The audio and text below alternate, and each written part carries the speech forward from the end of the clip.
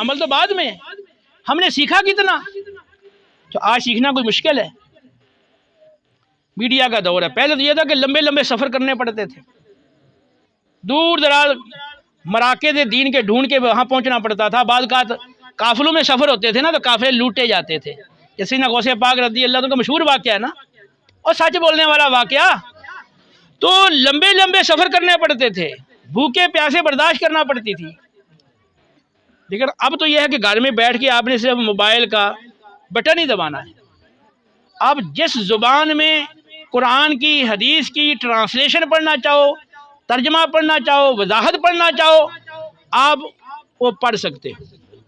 اور اگر کسی بہت بڑے عالم کو سننا چاہتے ہو تو سن بھی سکتے ہو، پوری دنیا کے علماء کو سن سکتے ہو، اور ہر زبان کے اندر جو ترجمہ آپ کو میسر ہے۔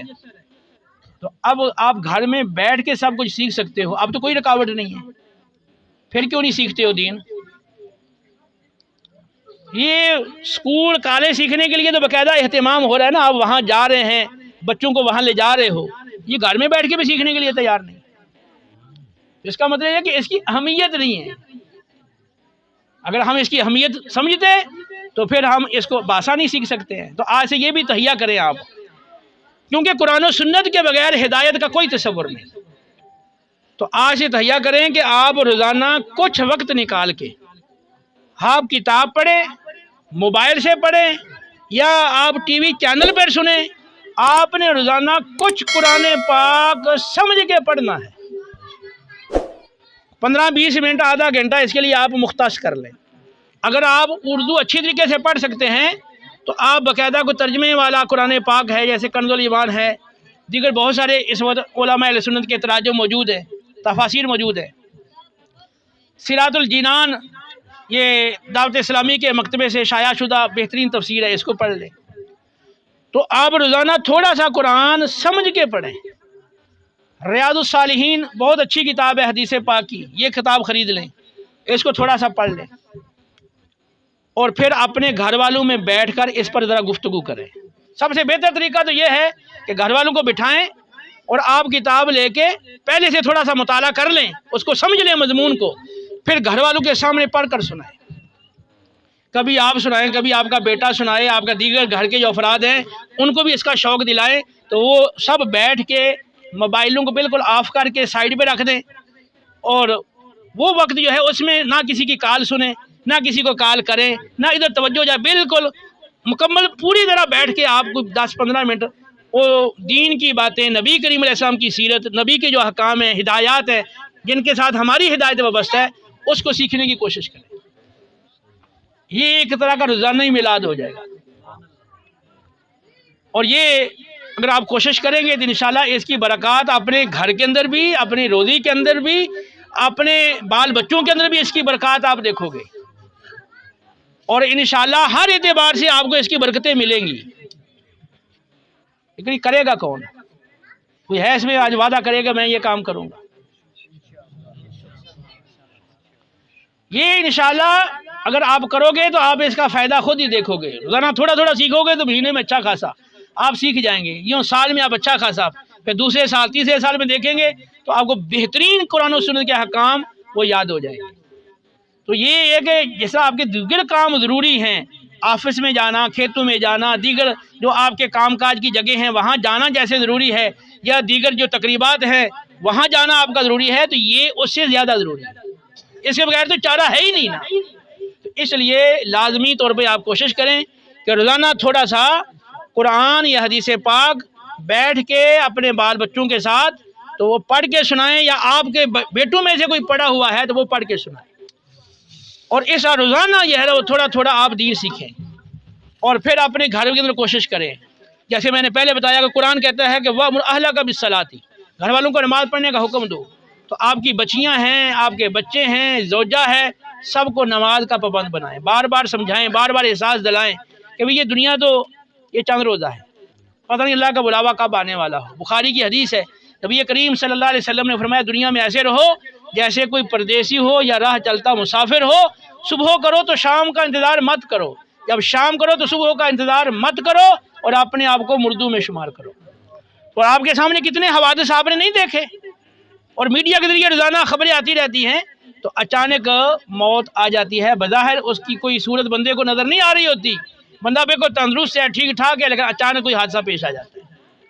تو ہر ایک دن تو جانا ہی جانا ہے نا، کوئی نہ کوئی رات، کوئی نہ کوئی دن تو آپ کا آخری ہوگا نا، کوئی نہ کوئی صبح، کوئی نہ کوئی شام تو لازماً آخری ہوگی، اور کیا پتہ کہ یہی ہو جو ہم گزار رہے ہیں۔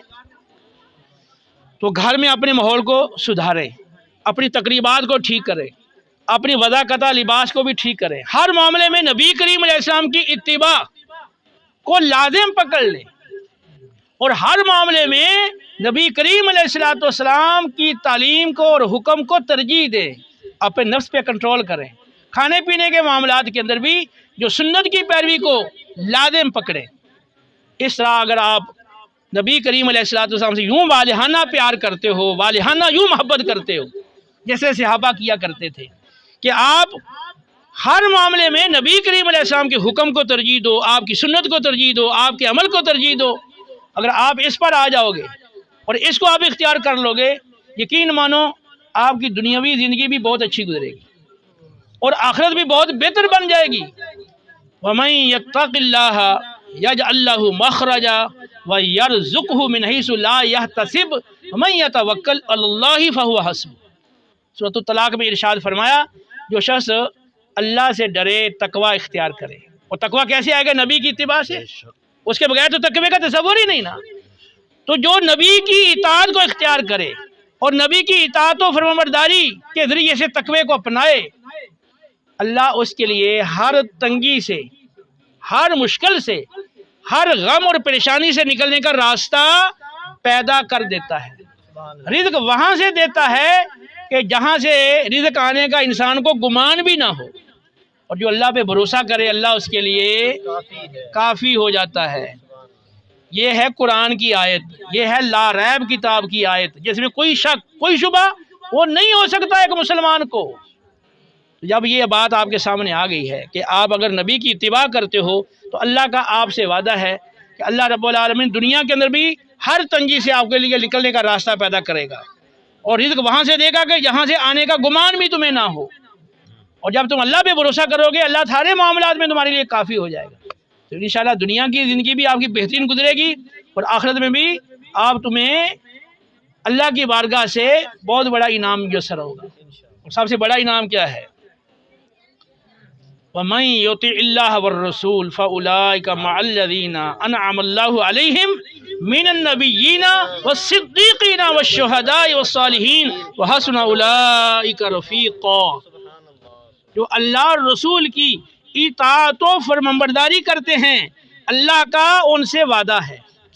جو اطاعت کرنے والے ہیں اللہ کا ان سے وعدہ ہے، اللہ بروز قیامت انہیں اپنے محبوب اور پیارے بندوں، انبیاء، صدیقین، شہداء اور صالحین کا ساتھی اور رفیق بنا دے گا، اور وہ بہت ہی اچھے ساتھی اور بہت ہی اچھے رفیق ہیں۔ تو یہ آیت بتا رہی ہے کہ اگر تم اتباع کرو گے تو اللہ رب العالمین تمہیں نبی کریم علیہ السلام کی آخرت میں رفاقت عطا کر دے گا۔ تو آخرت میں رسول اللہ صلی اللہ علیہ وسلم کی رفاقت مل جائے، سنگت مل جائے، آپ کا ساتھ مل جائے، آپ کی معیت مل جائے، ایسے بڑی بھی کوئی چیز ہے کہ سچے غلام کے لیے۔ تو جب نبی کی اگر واقعی سچی محبت ہے تو پھر نبی کی معیت کو پانے کے لیے پھر نبی کی اتباع اختیار کرو، تو پھر سارے معاملات میں اتباع کو اختیار کرو۔ سچ بولنا، سچ بولنے کی عادت ڈالو، جھوٹ سے بچو، دھوکے فراڈ سے بچو، وعدے کی پاسداری کرو اور امانتوں کی حفاظت کرو، خیانت سے پورے طور پر بچو، ملاوٹ، جھوٹ، دھوکے فراڈ، ان ساری چیزوں کو مکمل چھوڑ دو، ناپ تول میں کمی یہ بھی چھوڑ دو، حلال طیب روزی کماؤ۔ مسلم کی حدیث ہے، نبی کریم علیہ السلام ایک بازار سے گزرے تو ایک شخص، ابو داؤد کی حدیث ہے، آپ جب بازار سے گزرے تو غلہ ایک شخص بیچ رہا تھا، آپ نے دیکھا وہ غلہ وہ اوپر سے تو خشک تھا لیکن اندر سے گیلا تھا، ٹھیک ہے، آپ نے یہ جب ہاتھ ڈالا نا تو ہاتھ گیلا ہو گیا۔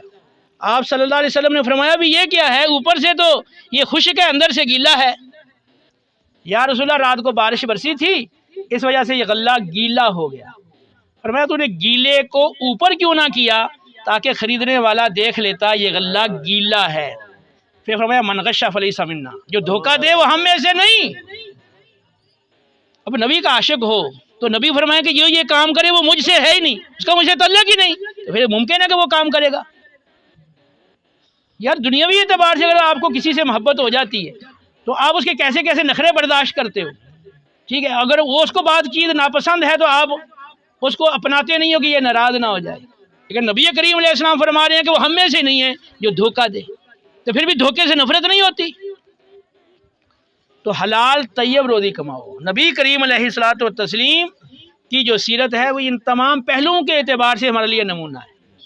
تو آپ جتنا آپ کی سیرت کو اپناؤ گے اتنی ہی صحیح معنوں کے اندر آپ کے اندر نبی کریم علیہ السلام کی محبت آئے گی، اور صحیح معنوں کے اندر نبی کریم علیہ الصلوۃ والسلام کی برکتیں اور آپ کے جو فیوض و برکات ہیں وہ تمہیں حاصل ہوں گے۔ انشاءاللہ دنیا میں بھی تم کامیاب رہو گے، آخرت میں بھی کامیاب رہو گے، لیکن شرط یہی ہے کہ اب اپنے نفس کو مٹا دو اور نبی کی غلامی کے سامنے اس کو جھکا دو۔ یہ نہ ہو کہ نبی کا حکم چھوڑ کے پھر اپنے نفس کی پیروی کر رہے ہو، اپنے نفس کی پوجا کر رہے ہو۔ تو کچھ ایسے لوگ ہیں کہ جو نفس کو ہی اپنا سب کچھ سمجھتے ہیں۔ ارأیت من اتخذ الہہ ہوا، اے پیارے حبیب آپ نے دیکھا شخص کو جس نے اپنی خواہشات کو ہی اپنا معبود بنا لیا۔ تو ایسے لوگ بھی ہیں کہ جو اپنی خواہشات کی پجاری ہیں، اپنی خواہشات کی پوجا کر رہے ہیں، اپنی خواہشات کے غلام بنے ہوئے ہیں۔ تو فرمایا اے حبیب پھر آپ اس کی ہدایت کی ذمہ دار کیسے ہو سکتے ہیں؟